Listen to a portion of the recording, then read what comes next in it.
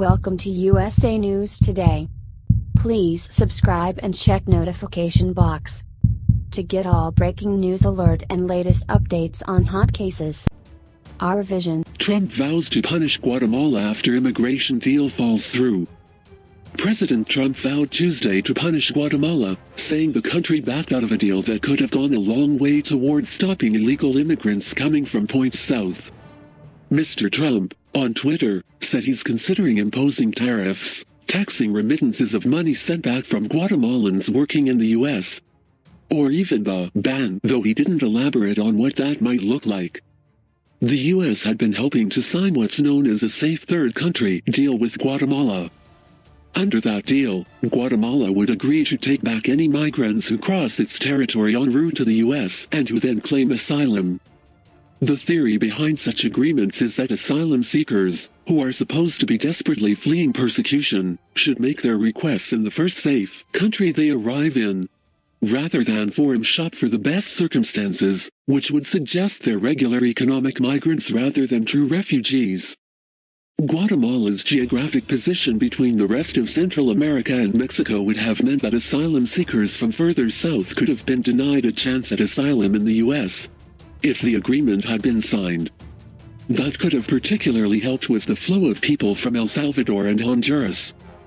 Guatemalan President Jimmy Morales had been slated to travel to the U.S. to sign the deal, but Guatemalan news reports said he canceled the trip after objections were raised within his country. The U.S. and Guatemala had issued a joint statement Monday promising better cooperation, but ducking the issue of a safe third country agreement. Instead, they focused on a deal to grant new protections to Guatemalan farm workers who want seasonal jobs in the U.S.